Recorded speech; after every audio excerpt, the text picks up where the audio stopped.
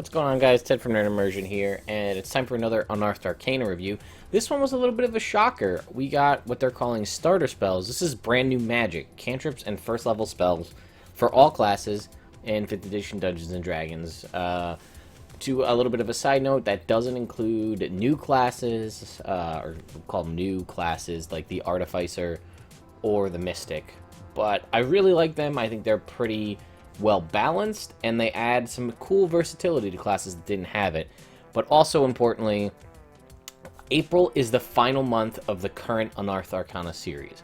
What that means is, in the past, it was a once a month thing. We got these videos, or we got these articles once a month. They made a change kind of around the new year to release a new, or actually I think at the end of last year, to release a new article each week. So April is the last month. At the end of April, it's going to return back to its once, sometimes twice a month, and the Sage Advice column will return. So there you go. But that's just a little bit of a kind of primer. Let's talk starter spells. So, as you can see here, Bards didn't get any cantrips, but they got 5 new spells: Guiding Hand, Puppet, Sense of Motion, Sudden Awakening, Unearthly Chorus. There are some that are exclusive, for instance, Unearthly Chorus being one. Cleric got 3 new cantrips: Hand of Radiance, Toll the Dead, and Virtue, and Ceremony and Guiding Hand. Druids got Infestation and Primal Savagery, as well as Guiding Hand, Snare, and Wild Cunning. Paladins only got Ceremony. Rangers got Snare, Sudden Awakening, Wild Cunning, and Zephyr Strike, which is a Ranger specific. Sorcerers got Infestation, Chaos Bolt, and Sudden Awakening. Warlocks, Infestation, Toll the Dead, Cause Fear, Healing Elixir, Puppet, and Sense of Motion. Wizards got Infestation, Toll the Dead, Cause Fear, Guiding Hand, Healing Elixir, Puppet, Sense of Motion, Snare, and Sudden Awakening. What are those? Let's talk. So Cause Fear is a level 1 necromancy spell that is used by, it looks just like warlocks and wizards, if I'm looking at this correctly. Yep, just warlocks and wizards. So 60-foot range, concentration up to a minute. You force the target to make a wisdom saving throw or become frightened for the duration, again a minute. The target with 25 hit points or fewer makes the saving throw with disadvantage, and this has no effect on undead or constructs. Sorry about that, guys. So next up is Ceremony. This is the Paladin Cleric spell. This is pretty crazy. It does so many things, and it is a ritual spell, so clerics get the benefit of that. You need it takes an hour to cast, so but you'll you'll see why when we get into what it does. It does have an expensive material component, but it is not consumed. So you perform one of several rites, the target of which must be within 10 feet throughout the casting. So you perform a Ceremony of Atonement. You touch a willing creature whose alignment has changed, and you make a DC 20 insight check. On success, you restore their original alignment. You can take an hour to turn 1 vial of water and cause it to become holy water, which I believe, if you look in the holy water section in the player's handbook, it talks about how there's a ritual that you can do with 25 gold worth of silver to make holy water, so you don't actually need the spell. I think you can just do it, but that's something. Coming of age, you touch 1 humanoid old enough to be a young adult for the next 24 hours. Whenever the target makes an ability check, it can roll a d4 and add the number rolled to the ability check. Creature can benefit from the ceremony just once. Dedication, touch a humanoid who you would willingly convert to your religion for the next 24 hours. Whenever a target makes a saving throw, they get a d4. It's like a bless spell, but only, you know, not the full effect of bless, but it's over a long period of time. D4 to their saving throw. Funeral rite. You bless 1 corpse within 5 feet. For the next 24 hours, the target can't become undead by any means short of a wish spell. Investiture. Touch 1 willing humanoid. Choose 1 first level spell you have prepared and expend a spell slot and any material components as if you were casting the spell. The spell has no effect. Instead, the target can cast this spell once without having to expend a spell slot or use material components. If the target doesn't cast a spell within the hour, the invested spell is lost. So, unfortunately, you lose the spell, but this is sort of like a Artificer's infusion, but on a limited scale. And lastly is Marriage. You touch adult humanoids willing to be bonded together in marriage for the next 24 hours. Each target gets a +2 to AC, saving throws while they're within 30 feet of each other. you can only benefit from the ceremony just once. So unfortunately, if you get divorced or your significant other dies, you cannot benefit from this again. I might change that to say something along the lines of like a pair, the same pair can only benefit from it once, so you can't like remarry or keep marrying to get the benefits. Really cool spell. I like it. It's how I would probably play, like clerics that I would be playing. These things are pretty neat, especially things like the funeral. It's like using a spell to do something you could do in game, but it's sort of, I don't know, I just feel like I like it a lot. It's more roleplay, obviously, the mechanics. It is an hour-long casting time, but I think it's pretty cool. Chaos Bolt is a... Chaos Bolt, I think, is just... Sorcerer, just Sorcerer, I guess. I thought it was going to be more than one. Just Sorcerer get the Chaos Bolt. Okay, so... First level evocation, there's a little wonky stuff with this, but make a ranged spell attack against the target. On a hit, takes 2d8 damage. Choose one of the d8s. The number it rolled determines the type of damage, and you see, so there you go. If you roll the same number on both d8s, the chaotic energy leaps from the target to a different creature of your choice within 30 feet of it. Make a new attack roll against the new target, make a new damage roll, which could cause the energy to leap again. Creature can only be targeted by this massive chaotic energy once. However, here's the weird thing. When you cast a spell in the second level slot or higher, each target takes extra damage of the type rolled. The target takes, the extra damage equals 1d6 for each slot above first. I don't know why if it does 2d8s up here, it's doing d6s down here. I don't know, but that's something. Guiding Hand is a very cool flavor. Several classes have access to this. It is a ritual, lasts concentration for 8 hours. So keep that in mind. You gotta concentrate on it for 8 hours. And it takes a minute to cast. You basically summon this ethereal hand. And you choose one major... There's a lot of caveats to this, but you summon one major... Or you name one major landmark, city, such as a city, mountain, castle, or battlefield on the same plane of existence as you. Someone in history must have visited the site and mapped it. How the hand knows that, or how your character knows that, I don't know. If the landmark appears on no map in existence, it fails. Otherwise, whenever you move towards the hand, it moves away from you at the same speed you moved, and moves in the direction of the landmark, always remaining within 5 feet of you. If you don't move towards the hand, it remains in place until you do, and beckons for you to follow every 1d4 minutes. Very cool. Awesome divination spell. I like it a lot. It has a lot of use. It's a first level spell and it's a ritual. So the ritual casters that get it, which are the cleric and the wizard. No, the cleric. Wait. Guiding Hand. I'm sorry. The bard and the cleric get it, and the druid, and the wizard. All of those have access to ritual spellcasting, so they can essentially do that for free. I think it could be a really cool option for a divination wizard. You have a nice new divination ritual you can do, and it makes it sort of like a find the path spell, but much less powerful, but it does sort of the same thing. It is concentration, which is part of the fact, but I don't know, you can take a gamble on a lot of things with this, because as long as it's ever been mapped and it exists on a map anywhere, you can find it with this. Hand of Radiance is a new cantrip. I believe this is the cleric-specific cantrip. I should have probably wrote these down ahead of time, but yep. Cleric-specific. You raise your hand, and burning radiance erupts from it. Each creature of your choice that you can see within 5 feet must make a Constitution saving throw or take 1d6 radiant damage. So it's a 5-foot radius all around you, so anybody adjacent to you will take a d6 radiant damage, and it scales as you would think.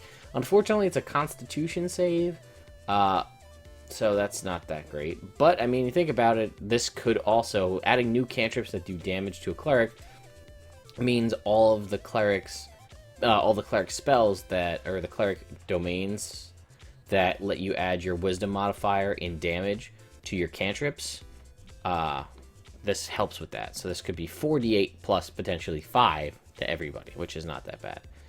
Healing Elixir is a warlock and wizard spell. I think this is awesome.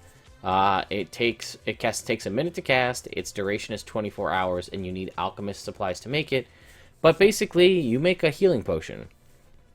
The elixir retains its potency for the duration or until it's consumed, at which point it vanishes. As an action, a creature can drink the elixir or administer it to another. The drinker regains 2d4 plus 2 points.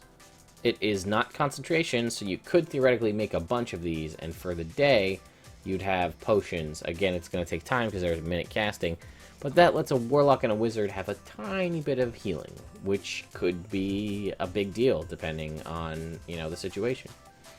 Also, you could potentially use your kind of warlock short or your wizard short rest thing, or get your spells back as a warlock to get these spell slots back to make several of these. And again, they last for 24 hours, and it's not concentration, so you can stock up on a whole bunch and have a bunch of 24-hour potions, which is kind of cool.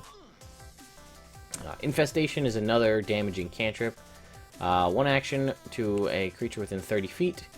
You cause mites, fleas, and other things to basically swarm out and attack people. They make a constitution save or take a d6 piercing damage. If the target takes any of that damage, the target moves 5 feet in a random direction. Roll a d8 for the various directions, and it scales up as normal all the way up to level 17. Infestation is a druid cantrip, a sorcerer cantrip, a warlock cantrip, and a wizard cantrip. Primal Savagery is pretty cool. This cantrip is self spell, one action. Make a melee spell attack. Again, you get sharp fingernails or teeth, you choose. Make a melee spell attack against a creature within 5 feet. On a hit, the target takes a d10 piercing or slashing, depending your choice. After you make the attack, your appendages return to normal, and it scales up as you would expect. Puppet is 120 foot. This is sort of an interesting, almost like a command, but not like an arcane command, if that makes sense, because command's a divine spell. Your gesture forces one humanoid to make a constitution saving throw. On a failed save, the target must move up to its speed in a direction you choose. In addition, you can cause the target to drop whatever it is holding. The spell has no effect on the humanoid that is immune to being charmed. So you could essentially say drop your weapon and go that way, and that would provoke attacks of opportunity, and they have to follow it until, I guess it just lasts, though. Yeah, it's just that one time. They drop the weapon and they move, but they would still take opportunity attacks as they go. Sense of Motion, one action, self, concentration for 10 minutes. I feel like this is just kind of a holdover spell from previous editions. It's not bad by any means, but I feel like I've heard this before. I'm not sure how often it'll get used, especially because I believe Sense of Motion is a bard spell, okay, a warlock spell, and a wizard spell. I was going to say, it doesn't really make a ton of sense, I don't think, for the bard or the warlock to waste one of their limited spells known on Sense of Motion, but let's read it and see. You tune your senses to pick up emotions. When you cast the spell, as your action on each turn until the spell ends, you can focus your senses on a humanoid you can see within 30 feet. You instantly learn the target's prevailing emotion, whether it's love, anger, pain, fear, calm, or something else. If the target isn't actually a humanoid or is immune to being charmed, you sense that it is calm. Snare is another cool kind of control spell. You need 30 feet of quarter rope, which is consumed by the spell. Again, this is one of those situations where if you have a focus, this will allow you to circumvent that and not need to consistently use 30 feet of rope, because it's not got a monetary value to it, so your focus will replace that. Its range is touch. It's 1 minute casting time, but it lasts until it's dispelled or triggered, therefore meaning, again, it is not concentration. So if you have access to making multiple, you could basically snare an entire area over a course of time. You touch this rope to create a circle within 5 foot radius on a flat surface you choose. When you finish that, it disappears. The trap is nearly invisible and requires an investigation check equal to your spell save DC to even see it. The trap triggers when a small creature or larger moves into the space. They need to make a dex save or fall prone and then be hoisted into the air until it hangs upside down 3 feet above the protected surface where it is restrained. The restrained creature can make a dex save with a disadvantage at the end of its turns and ends the restraint effect on a success. Alternatively, which is I think one of the best parts, another creature that can reach the restrained creature must make a use an action to make an Arcana check against your spell save DC. On a success, it also ends the restraint. Per that, because it's magic, it doesn't actually allow you to cut it, so that's kind of cool. Sudden Awakening is a bonus. I really like this spell. I think it could have some cool uses. It is a bonus action. It's a range of 10 feet. Each sleeping creature you choose within range awakens, and then each prone creature within range can stand up without expending any movement. So that's like a good spell. Like you somehow manage to not get hit with the sleep spell, or you're an elf and you don't get put to sleep, and you can pop your whole party up in one go. Toll the Dead is another cantrip. This is used by a couple of classes. 60 feet. You let out a loud bell sound. The target must make a wisdom saving throw or take a d8 necrotic.